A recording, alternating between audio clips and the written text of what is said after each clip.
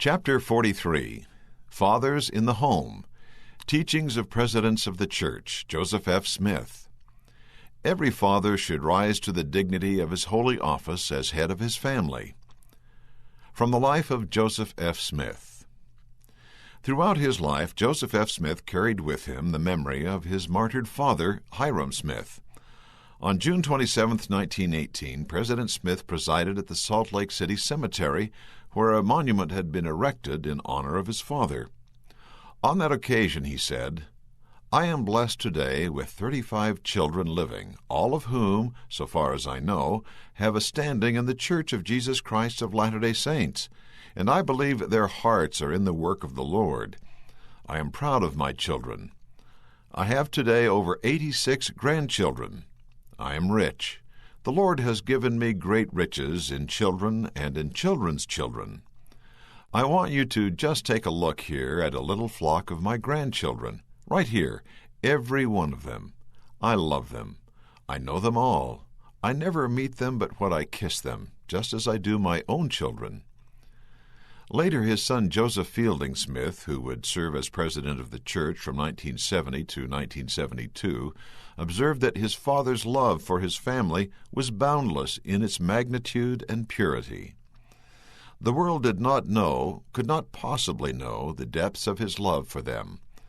The wicked and the depraved have ridiculed and maligned him, but the true condition of his family life and wonderful love for his family is beyond their comprehension. Oh, how he prayed that his children would always be true to God, true to their fellow men, true to each other, and true to him. Let them one and all be true to him and true to the cause which he represented so faithfully for the period of his mortal life, and which was the dearest thing to him in all his life. Teachings of Joseph F. Smith. There is no substitute for the home. There is no substitute for the home. Its foundation is as ancient as the world, and its mission has been ordained of God from the earliest times. The home, then, is more than a habitation. It is an institution which stands for stability and love in individuals as well as in nations. There can be no genuine happiness separate and apart from the home, and every effort made to sanctify and preserve its influence is uplifting to those who toil and sacrifice for its establishment. Men and women often seek to substitute some other life for that of the home. They would make themselves believe that the home means restraint, that the highest liberty is the fullest opportunity to move about at will. There is no happiness without service, and there is no service greater than that which converts the home into a divine institution, and which promotes and preserves family life. Those who shirk home responsibilities are wanting in an important element of social well-being. They may indulge themselves in social pleasures, but their pleasures are superficial and result in disappointment later in life. The occupations of men sometimes call them from their homes, but the thought of homecoming is always an inspiration to well-doing and devotion. In the ideal home, the soul is not starved, neither are the growth and expansion of the finer sentiments paralyzed for the coarse and sensual pleasures. The main aim is not to heap up material wealth, which generally draws further and further from the true, the ideal, the spiritual life, but it is rather to create soul wealth, consciousness of noble achievement, and outflow of love and helpfulness. It is not costly paintings, tapestries, priceless bric-a-brac, various ornaments, costly furniture, fields, herds, houses, and lands which constitute the ideal home, nor yet the social enjoyments and ease so tenaciously sought by many. But it is rather beauty of soul, cultivated, loving, faithful, true spirits, hands that help and hearts that sympathize, love that seeks not its own, thoughts and acts that touch our lives to finer issues. These lie at the foundation of the ideal home. In the home, the presiding authority is vested in the father. There is no higher authority in matters relating to the family organization, and especially when that organization is presided over by one holding the higher priesthood, than that of the father. The authority is time-honored, and among the people of God in all dispensations it has been highly respected and often emphasized by the teachings of the prophets who were inspired of God.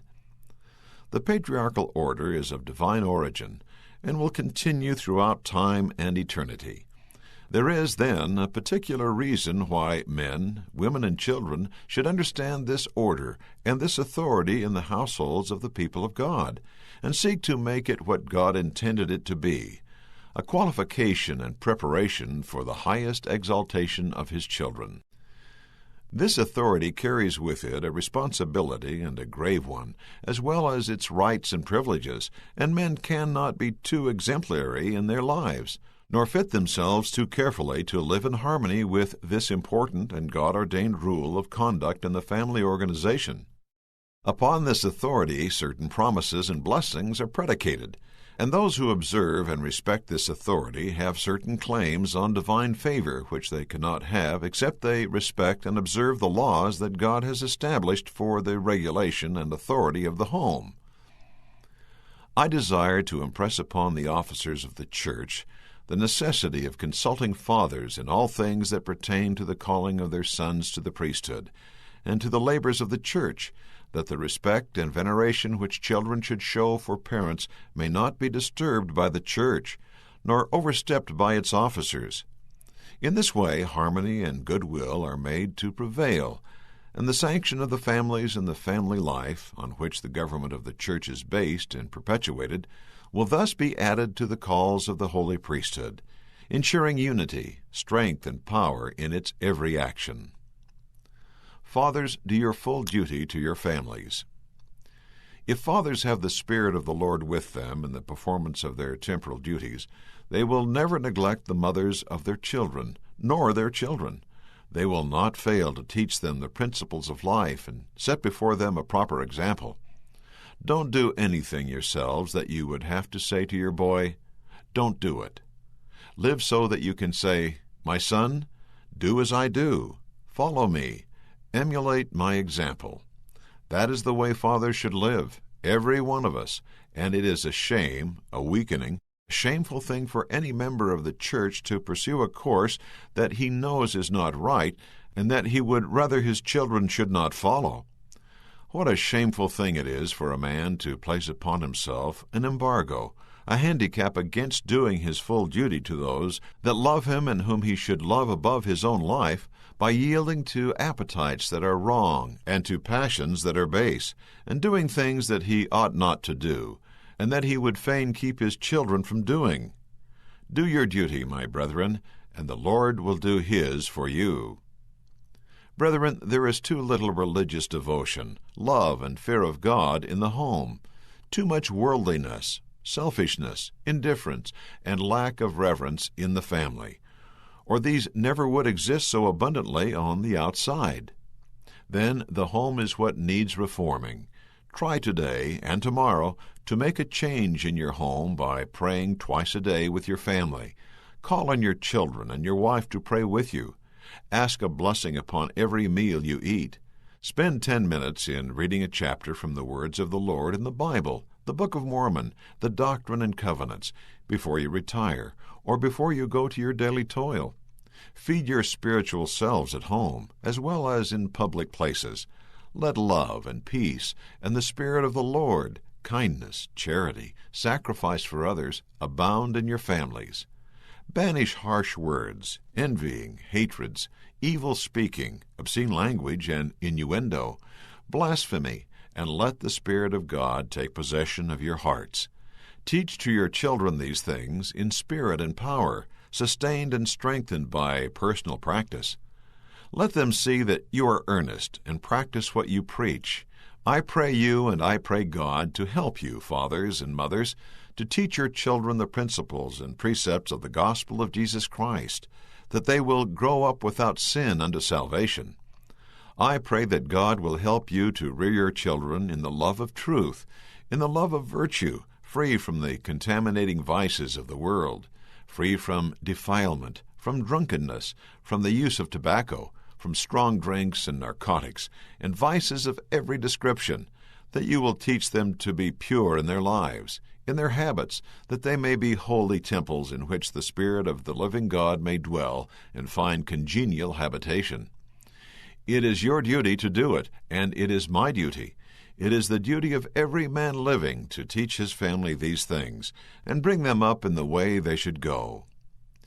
May the fathers in Israel live as they should live, treat their wives as they should treat them, make their homes as comfortable as they possibly can, lighten the burden upon their companions as much as possible, set a proper example before their children, teach them to meet with them in prayer, morning and night, and whenever they sit down to partake of food, to acknowledge the mercy of God in giving them the food that they eat and the raiment that they wear, and acknowledge the hand of God in all things.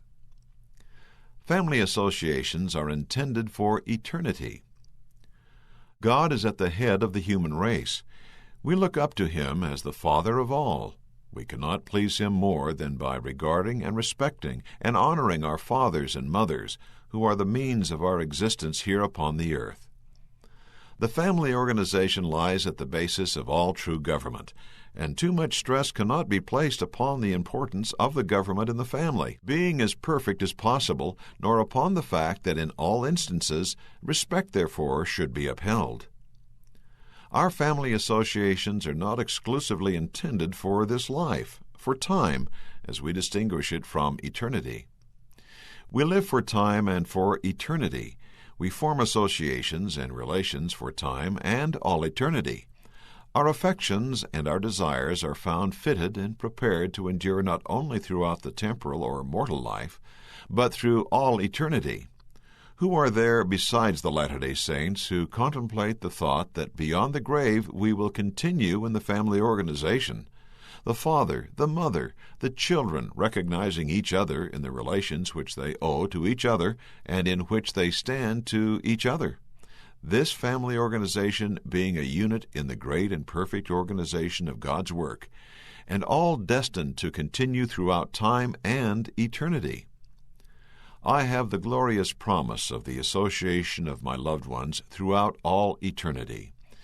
In obedience to this work, in the gospel of Jesus Christ, I shall gather around me my family, my children, my children's children, until they become as numerous as the seed of Abraham, or as countless as the sands upon the seashore. For this is my right and privilege, and the right and privilege of every member of the Church of Jesus Christ of Latter-day Saints, who holds the priesthood and will magnify it in the sight of God. After all, to do well those things which God ordained to be the common lot of all mankind is the truest greatness.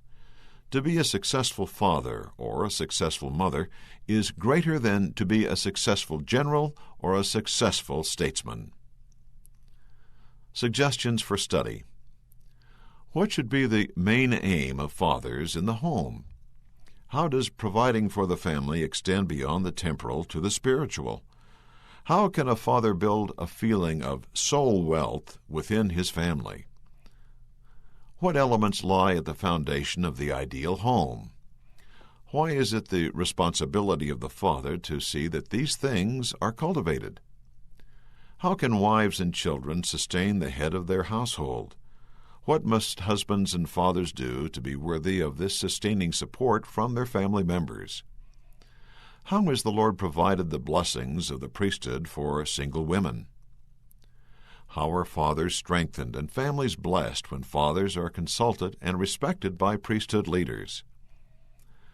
What needs reforming in our homes today?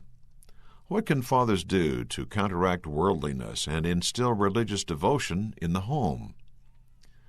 What blessings do we receive because we know that our family associations can continue through eternity? What can fathers do to ensure the eternity of their own families? End of chapter 43, Fathers in the Home. Teachings of Presidents of the Church, Joseph F. Smith.